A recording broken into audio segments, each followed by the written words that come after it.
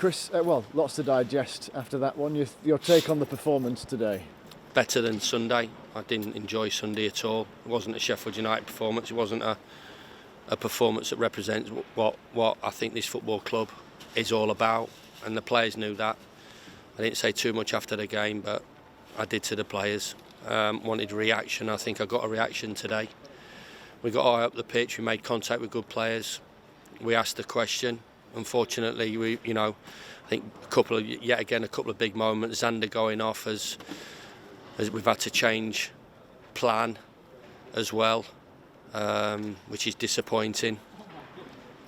John's opportunity when we were 1-0 up, big moment.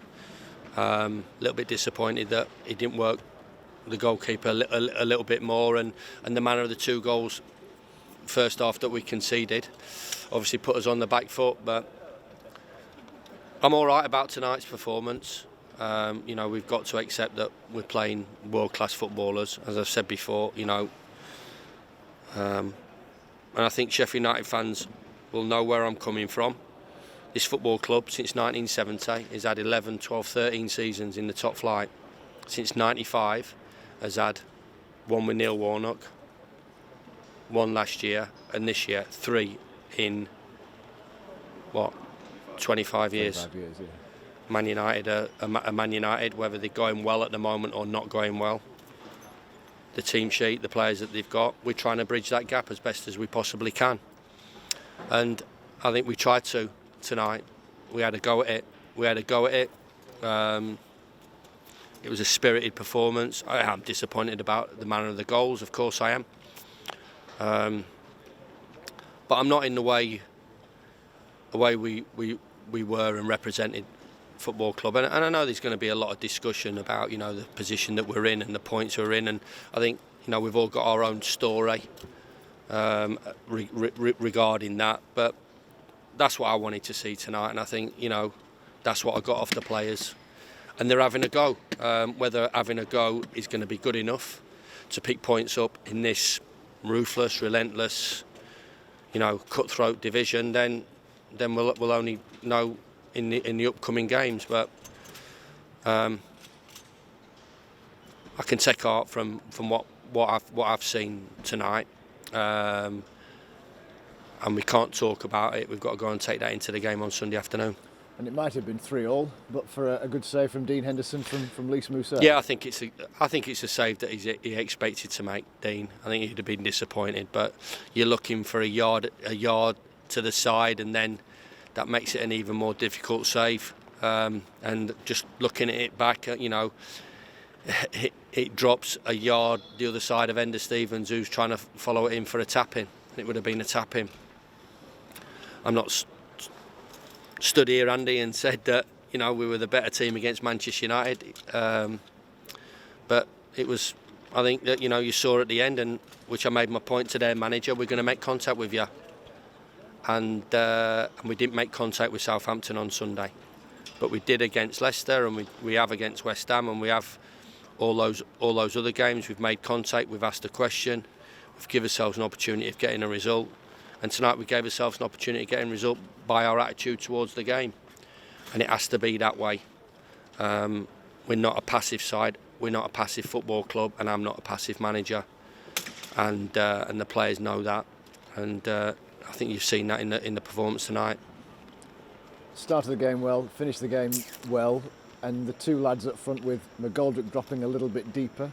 How much food for thought did that give you? Yeah, of course, listen, we're taking chances, and people will, the speed and the quality of the counter-attack is incredible in this division, and I think quite a few supporters or people will underestimate that they can go from one box to the other, which they did with the 2 midfield players. So we took a few risks, we took a few chances when we went 2, because we had to, because we wanted to try and get back into the game, and it does leave you a little bit open, it does leave you a little bit light. But yeah, of course, every game we look at on merit, but I think people talk about Manchester United, that it's incredible the way these top teams counter-attack, that you're in possession, you're at the top of the pitch, and all of a sudden you know, if there's no balance behind the play and there's no structure behind the play, then all of a sudden, in the space of an heartbeat, they're in your box and can hurt you. So of course there's always something to think about, you know, and you know, people will talk about, you know, shapes. Yet again, I understand that, but I think, you know, the one thing that I was basically looking for tonight was a Sheffield United performance. We didn't get the result that we were all after, but we got a performance, and you could see, you know, at the end they were, you know, rattled a little bit. We wanted to ask the question, as I said, of good players. I think good players expect contact as well, and I wanted an aggressive performance, and I felt I got one. You mentioned Sander Berge earlier. What happened to him? Is it serious? What's going on? Well, we're just going to assess him. We've not really talked about him. Obviously, he wasn't able to carry on, which was a huge blow to us. You know, I wanted us to be aggressive in the middle of the park. It would have meant that we had to shuffle a couple of things about. I thought that was the best option to go with Phil there. You know, he gives us that experience, and he knows how to play the position. But the 2 goals are a little bit disappointing because we've not seen a run out, and obviously for their second goal, you know, I think Aaron should do a little bit better than what he's done, and I think he understands that. But, you know, to play in that way, and for the front 2 to go and press, and the midfield players to get up the pitch, and the back players to go up the pitch, we've got to be brave and commit to a press, and we did that. And I thought we, you know, especially, you know, in periods of the game, we put some good players under pressure, and we have to do that. We have to play like that.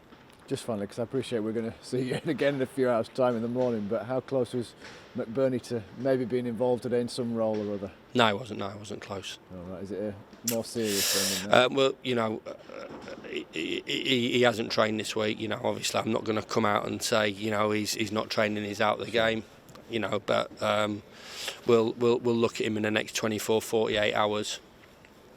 And see where he was, but he hasn't trained this week. Whether he trains or takes part tomorrow or Saturday, we'll hopefully wait and see that. But it's not going to be long term. I think it's going to be touch and go for the weekend. But he'll be definitely back for the Boxing Day game here. But hopefully he'll be available for selection for Sunday.